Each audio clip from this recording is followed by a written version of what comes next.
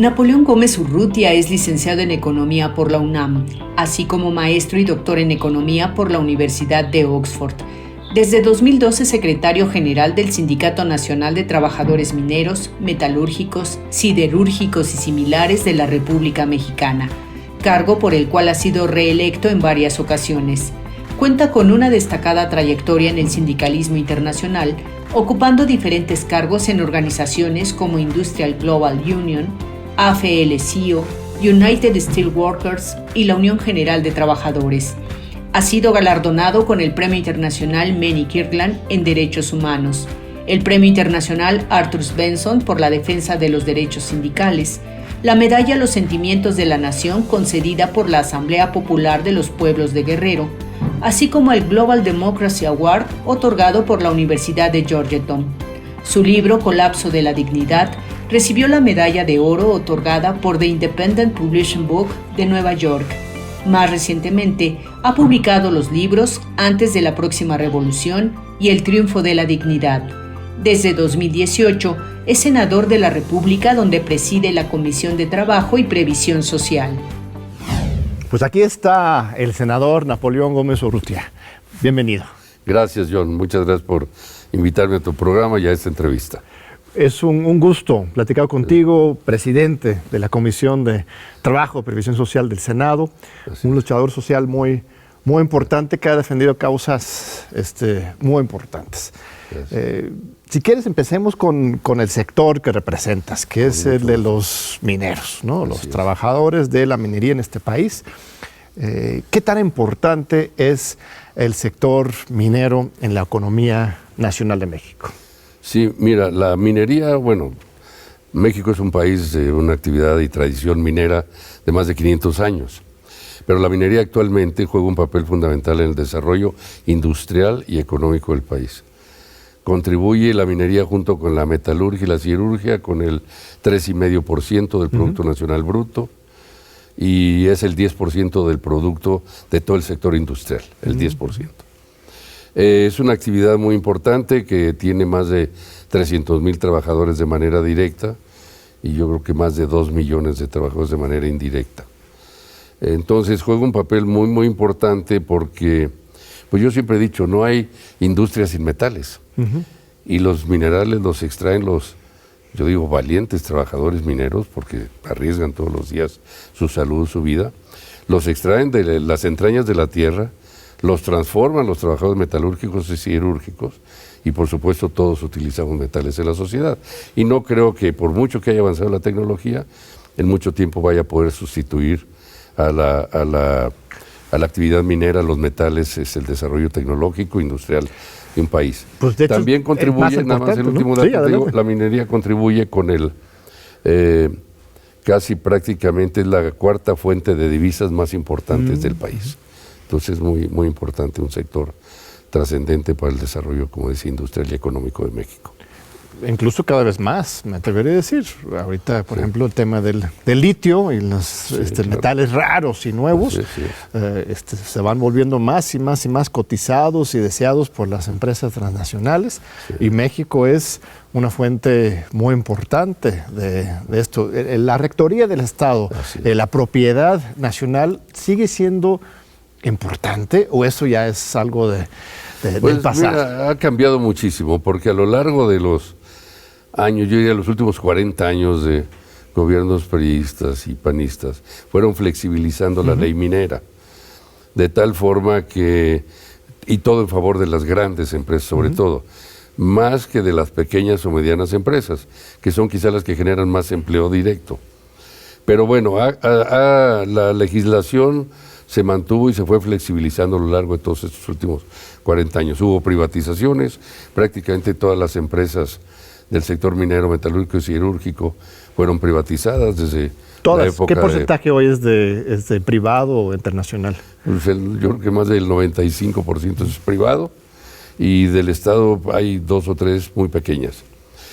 Esta decisión sobre lo del litio es muy importante porque permitirá, si se aprueba la reforma como está planteada, que el Estado vuelva a tomar la rectoría en la explotación de un mineral básico y que está de acuerdo con el futuro y el desarrollo tecnológico de toda esta industria vinculada con las baterías y los autos eléctricos, con las computadoras, con los teléfonos celulares. Entonces, el litio, México tiene reservas muy importantes, sobre todo hay unas en el estado de Sonora, de alrededor de cerca de 250 millones de toneladas. Es un negocio valorado en más de 100 mil millones de dólares. Y yo creo que dejarlo así libre, como fue en el caso de los otros metales, pues entrarías en monopolios, en encarecimientos, en control de todo un sector tan importante como está ya cambiando con la tecnología, ¿no? Entonces, es muy importante, y con esto de la propuesta para nacionalizar el litio, pues revisar la ley minera actual, porque pues ahorita tienes los tres empresarios mineros más ricos, los tres empresarios más ricos de este país son empresarios mineros. Ahí es Germán Larrea, Alberto Valleres. Y Slim, Carlos Slim. Y Carlos Slim. Y también, bueno, en la industria siderúrgica, pues Alonso Ansir Elizondo y el grupo de ArcelorMittal, que es extranjero, Ternium, que es extranjero. O sea, hay parte extranjero y mexicanos, pero las grandes empresas nacionales y extranjeras, pues son las que han acaparado las concesiones, los minerales, la explotación del cobre, del oro, de la plata, de los minerales industriales, el plomo, el zinc y muchos más. Y esto es algo que México ha perdido una oportunidad enorme, y el Estado, en la medida en que fue dejando el control y cediendo el control hacia manos privadas, que no necesariamente tienen los objetivos de servicio público, claro, y de dar los precios más accesibles y en competitividad para el resto de la industria, ¿no? Los canadienses en particular están en el oro y la plata en particular, pero en general es el factor dominante en este mercado, ¿no? Yo te diría casi, John, que como un 70% de la inversión extranjera en la minería es canadiense. A principios, a fines del siglo pasado, en el Porfiriato, pues eran ingleses, eran americanos, eran alemanes, españoles, todavía alguno que otro, y fue cambiando a lo largo del siglo pasado. Y en los últimos 30 años o menos quizá, de esta flexibilización de la ley, y también de la mano con la ley de inversión extranjera, que da muchas facilidades a los inversionistas extranjeros, pues los canadienses se enfocaron mucho sobre todo hacia la producción del oro y de la plata. Y ellos ahorita, de los extranjeros, son los que dominan la producción de estos dos metales preciosos, donde México pues ha destacado muchísimo en la producción. En la plata pues somos probablemente todavía el primer país productor de plata en el mundo, y en el oro no es de los más grandes, pero está en un lugar entre el 10 y el 15 lugar a nivel mundial, ¿no? Pero en fin, y más el cobre y otros más.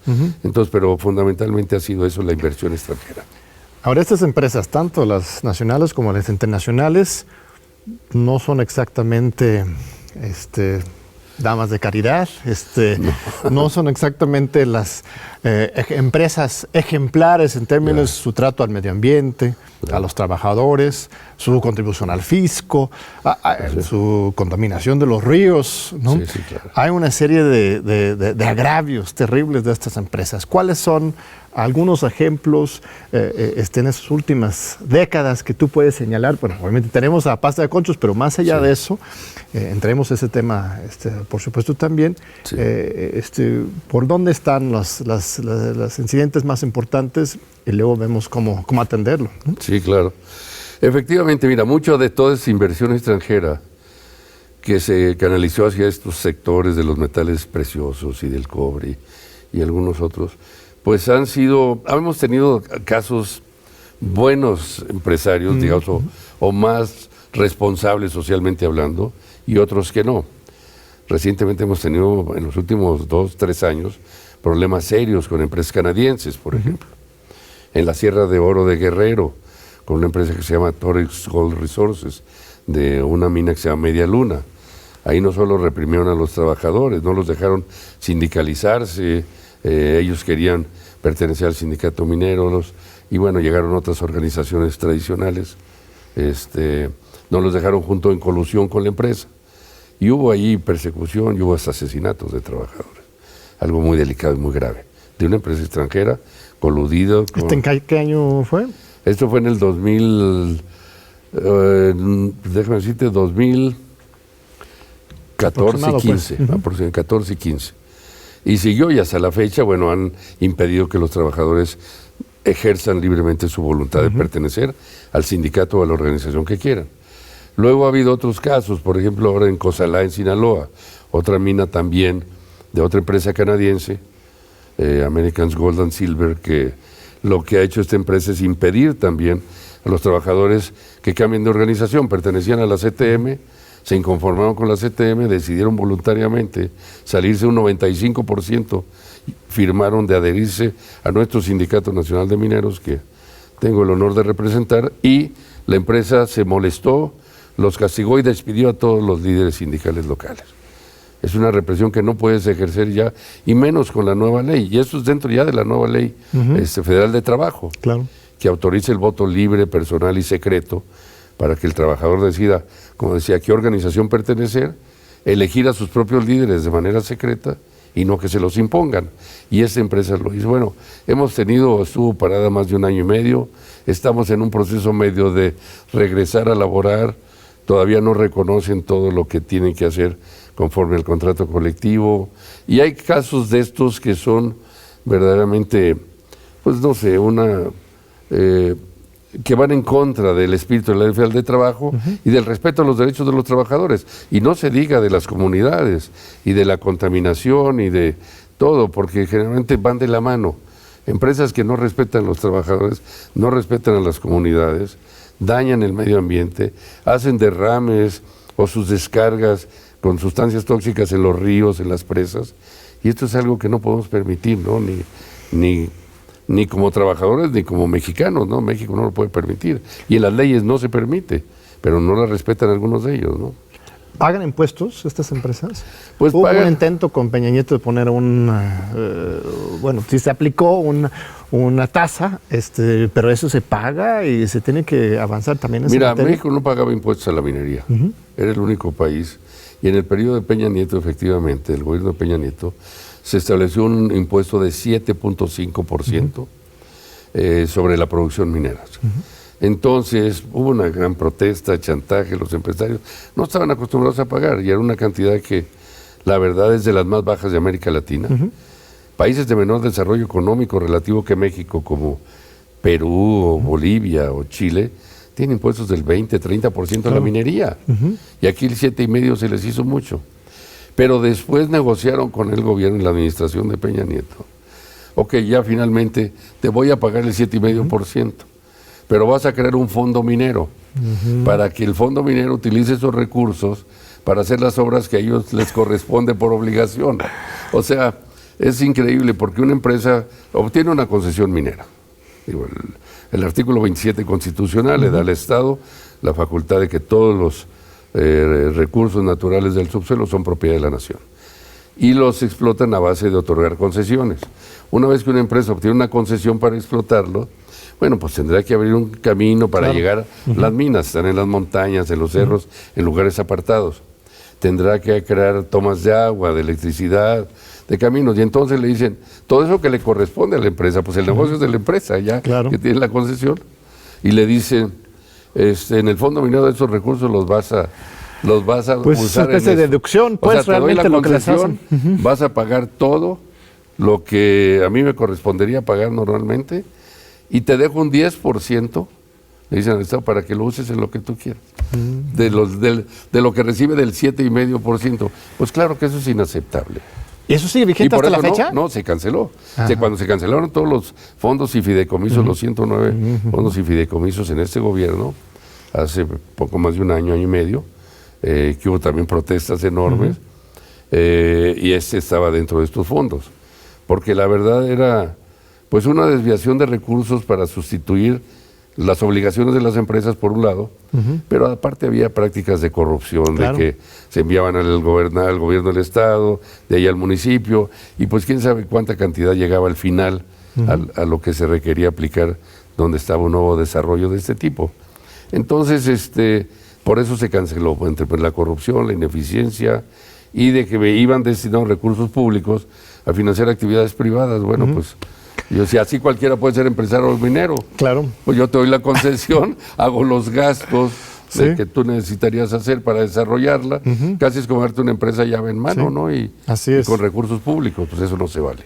Germán Larrea ya es bueno, ya se reformó sus actividades en este nuevo contexto democrático legal, está aprendiendo a acomodarse los tiempos nuevos o buena pregunta. sigue igual de agresivo con los trabajadores. Nunca va a cambiar. Yo creo que hay empresarios que tienen un gran sentido de la responsabilidad social, que tienen lo que llamamos dimensión social y que sí respetan a sus trabajadores, tratan de ayudar y apoyar que vivan mejor, que tengan las condiciones adecuadas y no que sean solo un instrumento de trabajo, como una máquina, ¿no? Y en el caso de Grupo México no es así, nunca lo ha sido. Casi yo a veces diría, en el caso particular de Larrea, hay como un desprecio hacia los trabajadores, en general hacia la gente que está por debajo de él. Hay una arrogancia de esta y una insensibilidad total. Entonces, eso no se ha corregido. Tan es así que, mira, tenemos 3 huelgas del mismo Grupo México de Larrea desde hace 14 años y medio que no se han resuelto. Todavía. Por la capricho, la arrogancia, la cerrazón de esta empresa. Huelgas como Tasco Guerrero, que además tiene un efecto colateral a todo el pueblo, que todas las actividades pues se han venido abajo, porque la plata y la actividad minera en Tasco. En Sombrerete, Zacatecas también. Y en Cananea, Sonora, que pues aunque lo han reactivado con trabajadores charros prestados de la CTM y de otros lugares, hasta centroamericanos han traído. Me imagino que es mano de obra muy barata. Y han hecho cosas con tal de no contratar a los trabajadores locales. Los han boletinado en listas negras para que no puedan obtener trabajo. Les han cerrado escuelas, clínicas. O sea, hacen cosas de veras de represión como si estuviéramos en el siglo XIX o siglo XVIII. Y eso no se puede permitir ahora. Por eso hay tantos conflictos con nosotros, porque nosotros siempre hemos defendido los derechos de los trabajadores, los salarios, las prestaciones, las condiciones de trabajo y la salud y la vida de los trabajadores. Siempre hemos dicho, para nosotros es lo primero. Por encima de los salarios, la salud y la vida, porque es una actividad de alto riesgo. Y hay que cuidar a los trabajadores y a las familias. Y entonces son las cosas que hay empresas que no entienden todavía, no aceptan, no sé si las entienden, pero no las aceptan, porque pues quieren tener con la bota en el cuello a los trabajadores. Te voy a interrumpir un segundito, estimado senador. Regresamos ahora, después de un breve corte, en este fascinante diálogo con el senador Napoleón Gómez Urrutia. No se vayan. Aquí seguimos con el senador Napoleón Gómez Urrutia, muchas gracias. Estábamos hablando sobre la irresponsabilidad empresarial en el sector minera, que es generalizado, pero hay casos claves, como el de Pasta de Conchos, en que tú estuviste muy cercano, defendiendo a los trabajadores, los familiares, en que incluso por tu activismo en ese y otros casos, pues tuviste que estar fuera del país, paradójicamente en Canadá, ¿verdad? Que es justo el origen de muchas de esas empresas. Recuérdanos a la audiencia, hay muchos jóvenes que igual no estuvieron presentes en ese momento del colapso de la mina Pasta de Conchos. ¿Qué ocurrió? ¿Qué responsabilidad tuvo y tiene la empresa? ¿Qué se está haciendo hoy desde el gobierno? ¿Vamos a tener por fin una clausura en este caso? Cuéntanos. Sí, mira, esta fue la tragedia de la mina de Pasta de Conchos en el municipio de San Juan de Sabinas, en Coahuila. Sucedió el 19 de febrero de 2006. Una mina a las 2:20 de la mañana explotó, una mina de carbón se colapsó, de Grupo México, de Germán Larrea, y murieron 65 trabajadores. Quedaron atrapados, entonces de inmediato se inician las tareas de rescate. Yo me traslado con el Comité Ejecutivo Nacional a la mina, estamos allá viendo todo y impulsando cómo se hace, coordinando las tareas de los rescatistas, de las cuadrillas de rescate, con ingenieros, con trabajadores expertos. Y de repente al 5.º día la empresa decide cerrar la mina, dejarla cerrada, suspender las tareas de rescate. Estaba en ese momento, y eso es importante recordarlo porque se olvida, del secretario de Trabajo y Previsión Social, un señor que se llama, que es ahora senador del PAN de la República, Este es el mío. Javier Lozano, dices, pero ya no es senador, ¿no? No, sí, porque él entró como suplente. No era senador, era suplente del hoy gobernador de Querétaro, de Curi. Y entró Francisco Javier Salazar. Francisco Javier Salazar. Porque también que sustituyó estaba a Carlos María Bascal. Ajá. Pero cuando sucede la tragedia es en ese momento. Y él lo envía al gobierno del presidente Fox, pero más que a coordinar las tareas de rescate, nosotros lo sentimos, como a hacer una reparación de daños, cuidar la imagen de la empresa, estaba muy coludido con la empresa. Y entonces al quinto día deciden suspender las actividades de rescate. ¿Te imaginas el coraje de las familias, de los trabajadores de nosotros? Porque no había bases para suspenderlo, decían que era muy riesgoso, porque también no sabían si estaban con vida o sin ella los trabajadores. Todavía después de 5 días pueden estar perfectamente con vida. Claro, hay bolsas de aire ahí abajo, agua. Claro. Chile nos los vino a demostrar, la mina de San José Copiapó, 4 años después, en 2010, que tardaron 19 días en encontrarlos con vida, 19 estaban, los 33 famosos trabajadores mineros de Chile, y iniciaron un proceso de rescate y de excavación y de tecnología, y 69 días después los rescataron, más de 2 meses después, uno por uno con vida. Aquí al quinto día deciden suspender y los abandonan. Fue un choque tremendo. Entonces, yo acuso a la empresa con esta irresponsabilidad total de homicidio industrial. Y eso creo que hizo un choque con el gobierno de Vicente Fox, que estaba muy coludido con Germán Larrea. Similar a lo del juez, el estado de Ayotzinapa, o sea, ubicando la responsabilidad arriba. Así ¿no? Así es. Homicidio industrial. Homicidio industrial, que ese es como se conoce, en otros países le llaman asesinato corporativo. Nosotros estábamos en los organismos internacionales en los que pertenezco, de los que he sido miembro del comité ejecutivo, uno que está basado en Suiza, Industrial Global Union, homicidio industrial. Y les molestó muchísimo, pero en realidad eso fue lo que sucedió. Tú no puedes ni en las guerras, es lo que decían, se abandonan a los caídos. Aquí en la mina los dejaron y hasta la fecha. Logramos nosotros, unos meses, casi un año después, con una constancia de las viudas, algunas de las viudas, y un ingeniero encargado de la cuadrilla, un ingeniero Fernando Acosta, muy responsable, rescatar 2 cuerpos, pero los otros 63, hoy todavía, desde 2006, están sepultados ahí, 15 años todavía. Entonces, y de ahí se viene todo el ataque y la persecución política en contra mía, del sindicato, de mis compañeros, los líderes, de mi familia. Yo quería desde aquí pues seguir, yo me quedé como 3 semanas más en Pasta de Conchos, insistiendo en el rescate, pero de repente pues envían a la Policía Federal y al Ejército a tomar la mina, y ya no había forma porque se podía prestar a choques con consecuencias imprevisibles para los trabajadores, para las familias. Entonces decidimos dejarlo así, y así se quedó por muchos años. Y ahora, bueno, finalmente, después de tantos años, nosotros no hemos olvidado Pasta de Conchos, ni las familias ni las viudas. Hemos ayudado a las viudas todos estos años, como hemos podido, el sindicato los ha apoyado. Igual a los compañeros de las 3 huelgas, en Tasco, en Sombrerete, en Cananea. Todo es de Grupo México, todos estos casos. Y entonces inicia esta campaña de ataques, de desprestigio, de querer criminalizar a mí como dirigente, a los trabajadores con acusaciones falsas. Nos hacen investigaciones, órdenes de aprehensión. A mí me dictaron 11. 11. Órdenes de aprehensión. Sí, violando la Constitución por los mismos hechos. Los abogados, cualquier abogado te lo puede decir. Yo aprendí, soy economista. O sea, cuadrando los mismos hechos por 11 diferentes supuestos con el fin de acosarte. Exactamente, y que no podía regresar.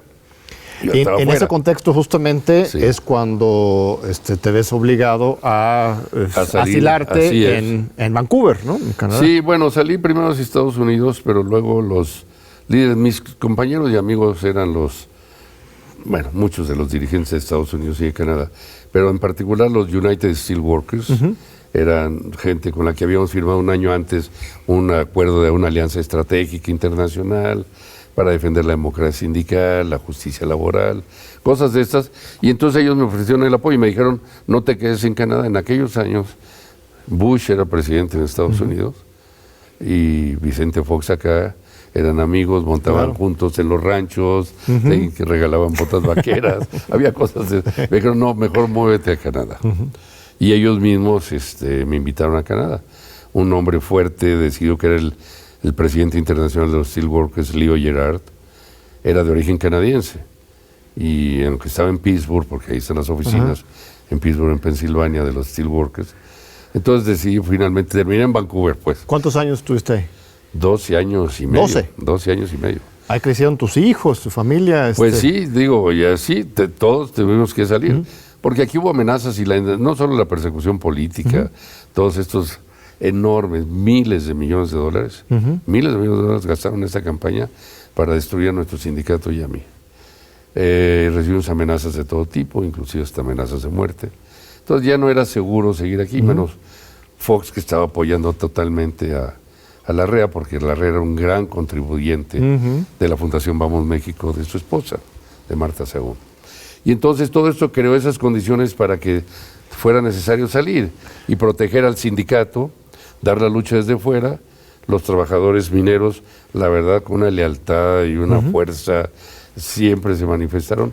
Bueno, en esos 12 años me reeligieron 6 veces unánimemente, en convenciones transparentes, democráticas, con presencias de notarios públicos, para que no dijeran, por unanimidad 6 veces, en ausencia, a 5,000 kilómetros de distancia. Eso no ha sucedido en el mundo en ningún caso. Claro. ¿Y todos los juicios que iniciaron en tu contra fueron resueltos? Sí, tardamos 8 años. No has sido condenado por nada de estas fabricaciones. Nunca. 8 años en acabarlos, porque además, al ser por los mismos hechos, hay un principio que aprendí de los abogados, que es en latín, dice el non bis in idem. Nadie puede ser acusado 2 veces por los mismos hechos. Así es. Aquí no solo es solución 11. ¿No te acuerdas de una entrevista que le dio el exgobernador Humberto Moreira de Coahuila? Creo, no sé si fue a Sabludowski o a... no recuerdo a quién. Un año después de Paz de Concha, al cumplirse un año. Y donde él dice que Vicente Fox lo presionó, presidente Vicente Fox, él, y lo chantajeó de que no le iban a dar recursos si no jalaba con ellos, para que me arrestaran, no me detuvieran. Le dijo, ¿y en base a qué si no hay cargos contra él? Tú deténlo, yo después te digo los cargos. ¿Cómo un presidente de la República va a violar la Constitución? Verdaderamente es una vergüenza lo que hizo. Pero no, aún así no lo pudieron hacer y no lo lograron.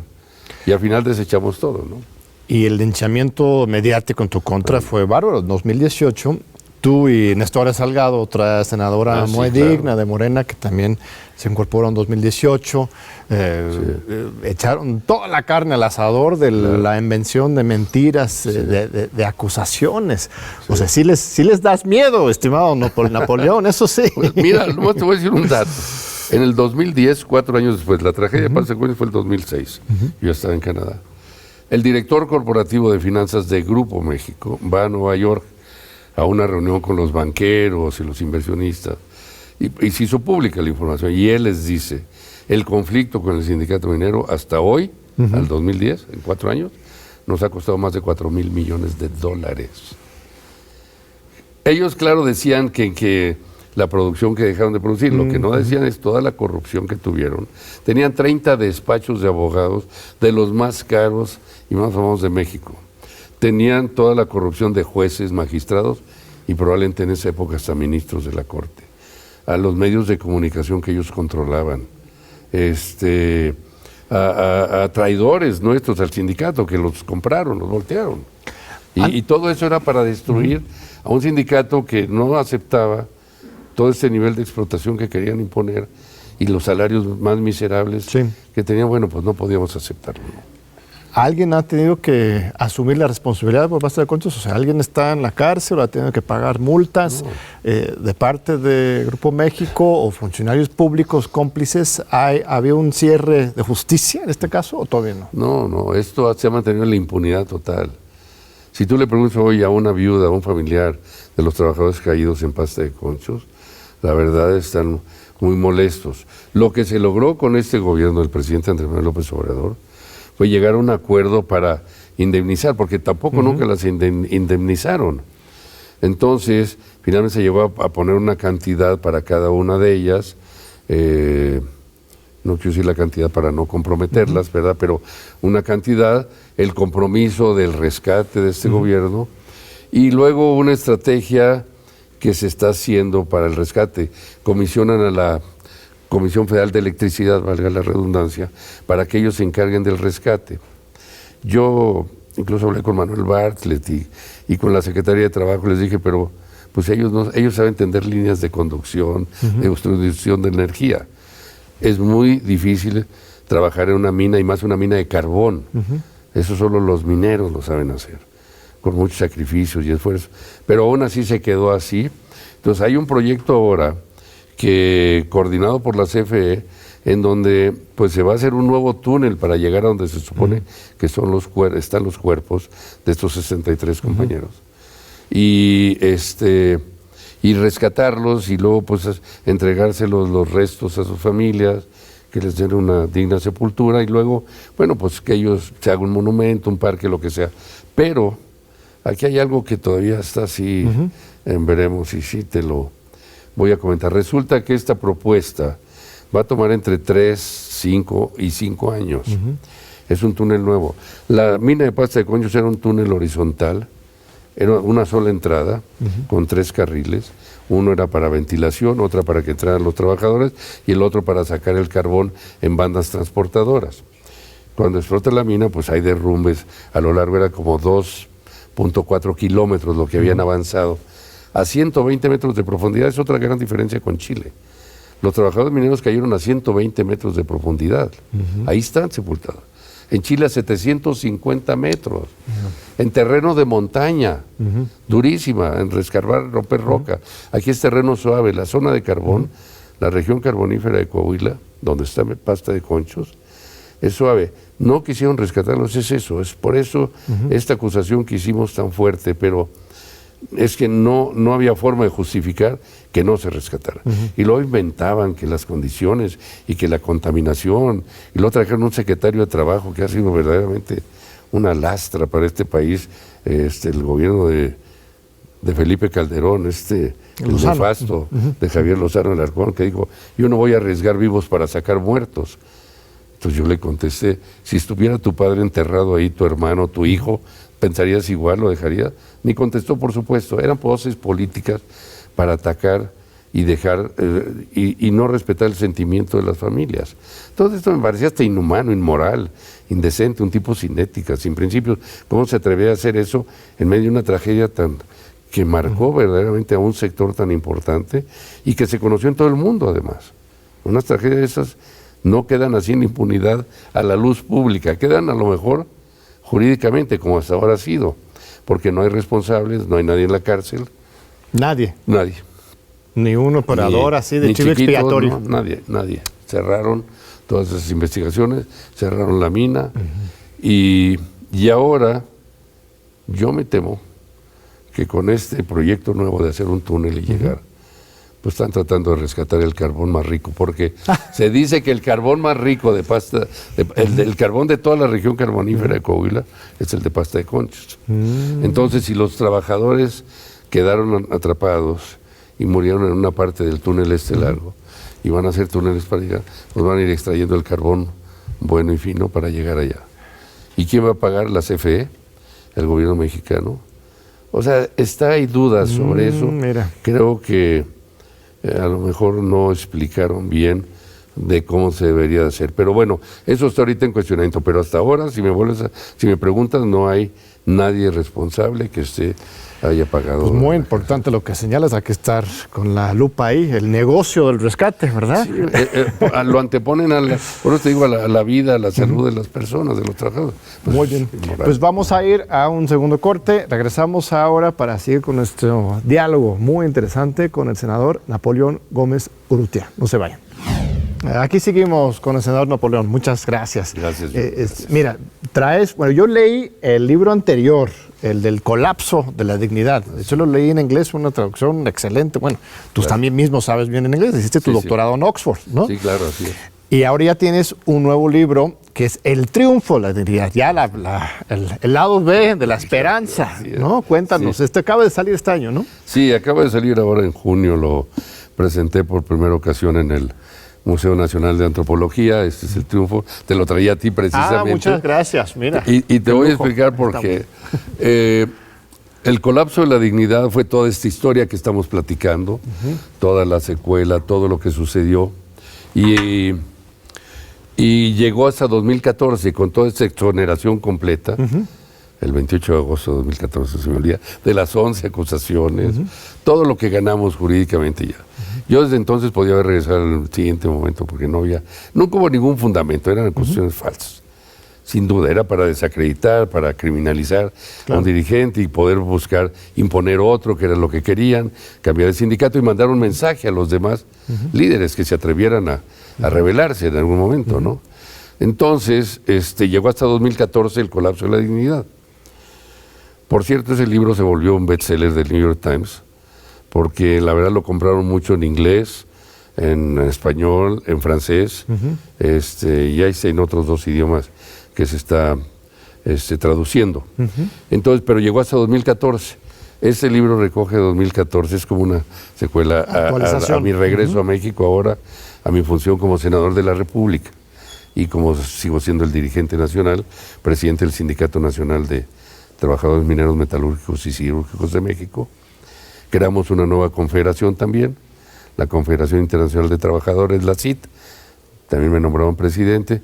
En fin, pero este libro recoge toda esta parte de 2014. Y es como le llamamos el triunfo de la dignidad, porque todo esto, nunca nos quitaron la dignidad, nunca nos sometieron. La verdad, fue una resistencia brutal, es tremenda, pero... Y los dos se llaman el colapso de la dignidad y el triunfo de la dignidad, porque para mí la dignidad es el valor más importante del ser humano. Sí. Sin dignidad las personas son lastimadas, ofendidas, humilladas.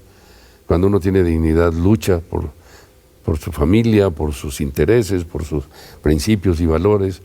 Y por eso creo, y si no lo haces, bueno, hay un proverbio que dice, te puedes caer, lo que no se vale es no levantarte y seguir luchando. Así es. Entonces, bueno, nosotros decidimos, pues, levantarnos, luchar y ganar. Y ganamos, y aquí estoy, regresé como en 2018, en agosto, como narro ahí todos los detalles, hasta de cómo regresé. Había mucha especulación sobre mi regreso, que si iba a ser escondido y no sé qué. Nada de eso, entré como debería llegar, como cualquier ciudadano, con la frente en alto. Y bueno, llego a tomar posesión como senador de la República, que me invitó el presidente Andrés Manuel López Obrador a formar parte del equipo del Senado, y luego ya me eligen presidente de la Comisión de Trabajo y Previsión Social. Y el trabajo ha sido muy importante, por lo menos 2 hitos importantes de estos años. Uno es la reforma laboral, que si bien fue impuesta, obligada por la firma, el TEMEC, también tiene elementos muy positivos, democracia sindical, derechos laborales. Y luego un segundo momento, que es lo de los outsourcing, porque se había quedado fuera de esta primera reforma, el outsourcing, y tú de manera muy digna y con gran fuerza insistió hasta el último momento, hasta lograr el tema del outsourcing, porque te enfrentaste con bastante resistencia de los grandes empresarios e incluso de algunos políticos que no querían participar ahí. Vamos primero por lo de la reforma laboral TEMEC. Esto es un hito realmente muy importante, la democracia sindical verdadera. ¿Qué es lo que ocurrió? ¿Qué es lo que va a implicar? Mira, con la nueva ley federal de trabajo, la reforma laboral, la verdad es una reforma histórica en el sentido de que abre esta posibilidad, esta puerta a los trabajadores para que ahora sí puedan ejercer su libertad, su derecho a la asociación, a pertenecer a la organización que quieran, como decía, a los líderes que quieran elegirlos y no que se los impongan, como venía haciendo. Entonces es un cambio muy importante en la ley y una confianza y seguridad que le da al trabajador para poderla ejercer. Sin embargo, en la ley no se tocó el tema del outsourcing. La reforma a la Ley Federal de Trabajo se aprobó el 30 de abril de 2019, se publicó en el Diario Oficial el 1 de mayo de 2019 y se convierte en ley. Pero no tenía el tema del outsourcing, la subcontratación. Entonces, yo, pues unos días antes cuando llegaba al Senado, casualmente, porque no estaba programado así, ese día tuve una reunión con el presidente López Obrador y le comenté el problema que estábamos, que eran 4 días antes del 30 de abril. Le dije, acaba de llegar de la Cámara de Diputados, La iniciativa inicial que envió la Secretaría de Trabajo no llevaba el tema del outsourcing. No llevaba, no la, lo llevaba. La iniciativa inicial. No lo llevaba. Así se fue a la Cámara de Diputados como Cámara de Origen. No le agregó nada a la Cámara de Diputados, ni el tema, ni se discutió. Y nos lo envían hasta 4 días antes, el 26 de abril, cuando se tenía que aprobar antes del 30 de abril. Además, se cerraba el periodo del Senado. Y le dije, pues si le hacemos un cambio, lo introduzco la reforma, pues va a tener que regresar a la Cámara de Diputados y no va a dar tiempo para que se apruebe el 30 de abril. O lo otro, puedo hacer el compromiso en la tribuna de decir, bueno, pues vamos a abrir sesiones de Parlamento abierto en estos de foros de discusión, en estos meses de receso, y a partir del 1 de septiembre lo retomamos. Y él me dijo, esto es lo que hay que hacer porque hay ya un compromiso internacional. Estaba también la firma del Tratado de Libre Comercio y el compromiso. Él quería anunciarlo el 1 de mayo, lo cual era muy importante, el Día Internacional del Trabajo, la nueva Ley Federal del Trabajo, y así se hizo. Y fue muy importante. Pero después, entonces, pues yo comencé a proponer, fue una iniciativa que propuse de que había que reformar, hacerle reformas a la nueva Ley Federal de Trabajo y a la Ley del Seguro Social. Son 6 leyes en total, a la del ISSSTE y otras, para introducir el tema de la subcontratación. ¿Por qué? Porque este tema era fundamental. Claro. No lo podíamos dejar pasar. Mira, esto se aprobó, la iniciativa vino en los últimos días del gobierno de Felipe Calderón para que se aprobara y se reconociera el outsourcing. Recuerdo, septiembre de 2012, fue a pacto de Calderón con Peña Nieto, ¿no? Y fue casi una concesión, un regalo a los empresarios ya de salida de Calderón del gobierno, para que pudieran pues utilizar un sistema con toda la flexibilidad, sin sindicatos, sin pagarles a los trabajadores su reparto de utilidades, sin pagarles aguinaldos, dándolos de baja muchas veces en diciembre y recontratándolos en enero para que no acumularan antigüedad. O sea, todo un sistema que le da toda la flexibilidad a las empresas. Sí, esto es algo muy importante. Seguro muchos que nos están viendo viven esto. O sea, los estudiantes, por ejemplo, los jóvenes de la UNAM, son las primeras víctimas de este tipo de contratos, ¿no? Claro. En lugar de darte de hecho, de no contratos. Claro. O sea, justamente el chiste es que la empresa, en lugar de tener una responsabilidad directa, personal, con su trabajador, dándole prestaciones y todo lo que venga como sus derechos laborales, se contrata a una empresa que a su vez subcontrata a personas muchas veces en situación de una esclavitud moderna, sin la cobertura de las leyes. Y lo que logras después de 2 años, porque el compromiso era que lo sacaran rápido, ¿no? Claro, o sea, estuvo en tribuna diciendo, bueno, vamos a aprobar esto, pero queda pendiente, en septiembre nos vemos. Y hasta 2 años después, y todavía en último momento querían ahí chantajear con que entre en vigor hasta 2022. Sí, querían 6 meses más. ¿Qué concretamente logras y cuál fue la resistencia al respecto? Mira, es muy importante. Esta es una reforma histórica. Yo creo que es la reforma en materia laboral más importante del gobierno, de todo el gobierno del presidente López Obrador. Te voy a decir por la trascendencia. El outsourcing o la subcontratación, se le conoce outsourcing en inglés, subcontratación en español, ya tenía un sistema del 2012 actual, había crecido casi hasta 10 millones de trabajadores. Iba creciendo porque para las empresas era muy cómoda. Contratas a una tercera empresa y una cuarta y una quinta. Había empresas, como dijo el procurador fiscal, que tenían domicilios en calles que ni existían, en cuevas. Y luego comenzó todo ese trama del facturaje, facturas falsas entre ellas para justificar gastos. Total, la evasión fiscal al gobierno federal a través de este sistema era de entre 300 y 500 mil millones de pesos por año. No me digas.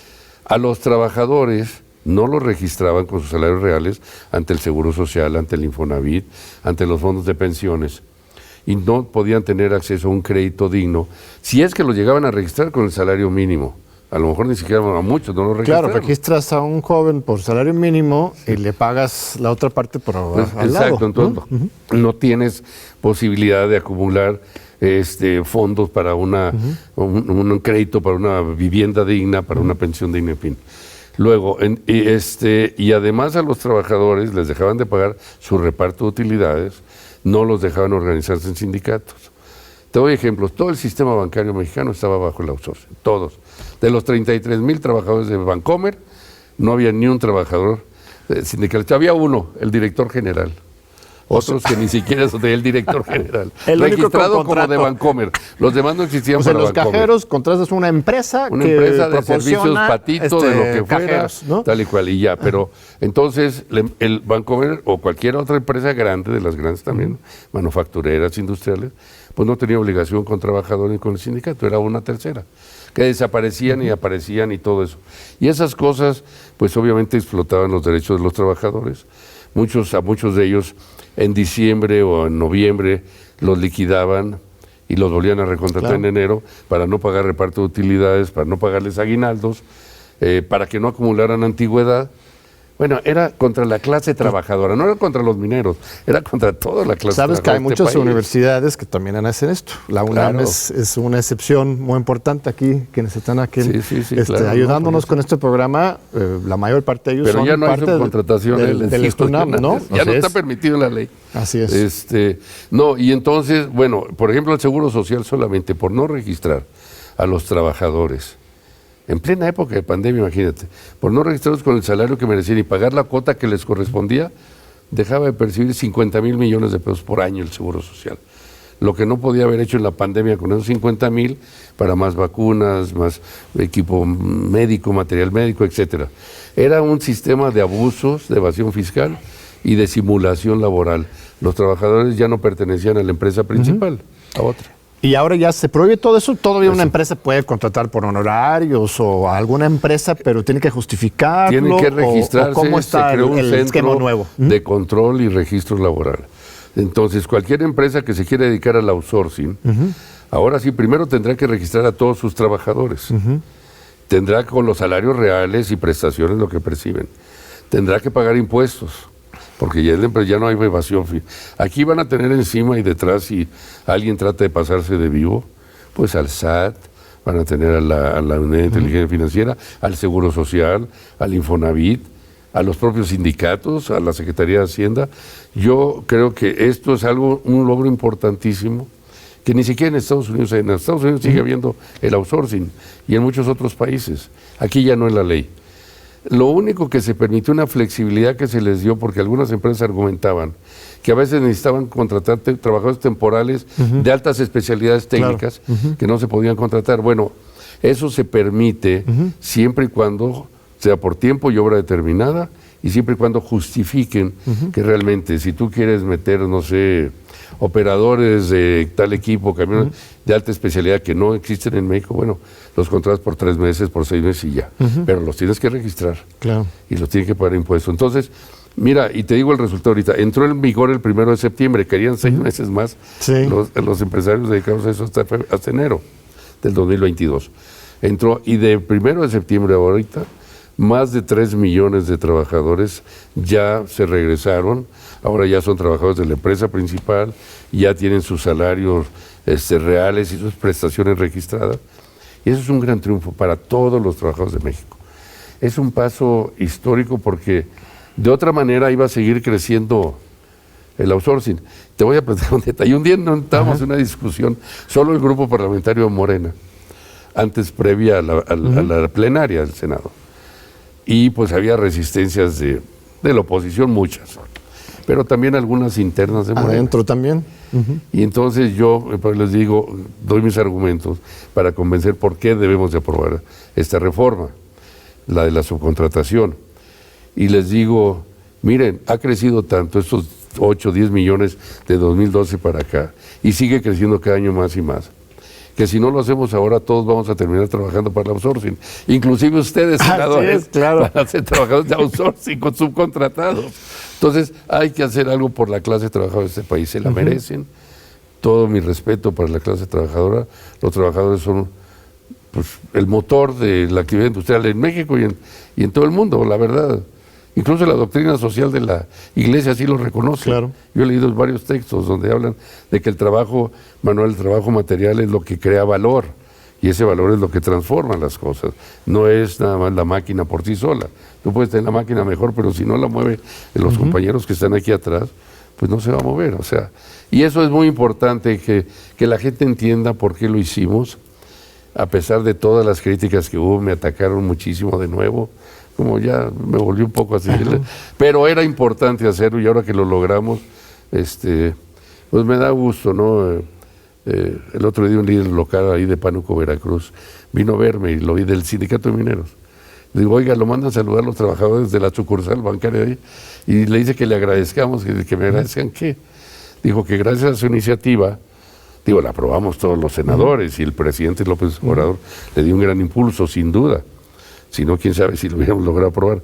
Pero que gracias a esa iniciativa, ahora ya todos pertenecen a Bancomer o al que el banco que fuera, ya tienen su salario registrado, ya todo, y que están muy contentos. Y ya tiene estabilidad en el empleo, seguridad. Le digo, qué bueno, me da gusto, ¿no?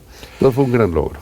Pues muy bien, ¿no? Un logro muy importante. Pues se nos está acabando. Bueno, ya más bien se nos acabó la entrevista. Un último minutito, un mensaje aquí a la gran comunidad universitaria que sigue sus medios como TV UNAM. Un saludo a los jóvenes hoy que estudian en la Facultad de Economía. ¿Eres de la Facultad de Economía? Yo soy de aquí, de la Facultad de Economía. Aunque yo soy de Monterrey, yo estudié hasta la preparatoria en la Universidad Autónoma de Nuevo León, pero luego me vine a hacer la carrera aquí. Estudié Economía aquí en la facultad. Y pues yo lo que les diría es, tienen que trabajar mucho, estudiar mucho, prepararse y ser muy sensibles a las situaciones y a las necesidades sociales del país. México necesita el apoyo de todos, de los jóvenes estudiantes, de los empresarios, de los trabajadores, de los técnicos, de los científicos, de todos. Tenemos que ayudar a México a cambiarlo y a sacarlo adelante. Y la verdad, el papel y la preparación de los jóvenes universitarios es fundamental para el futuro de México. Así es que los invito, los apoyo, los respaldo, los reconozco y les mando un abrazo muy, muy solidario. Échenle muchas ganas. Vamos a salir adelante con México. Muchas gracias, estimado Napoleón, por acompañarnos. Gracias. Un fuerte abrazo, muy sentido. Sí. Estamos muy, muy agradecidos contigo. Y también, sobre todo, con usted de nuestra muy leal audiencia. Vamos a esperarte de nuevo en 8 días para otro programa de Diálogos por la Democracia aquí en TV UNAM. Muchas gracias. Muchas gracias a ti, John Ackerman, por la invitación y por esta oportunidad. Gracias. Muchas gracias.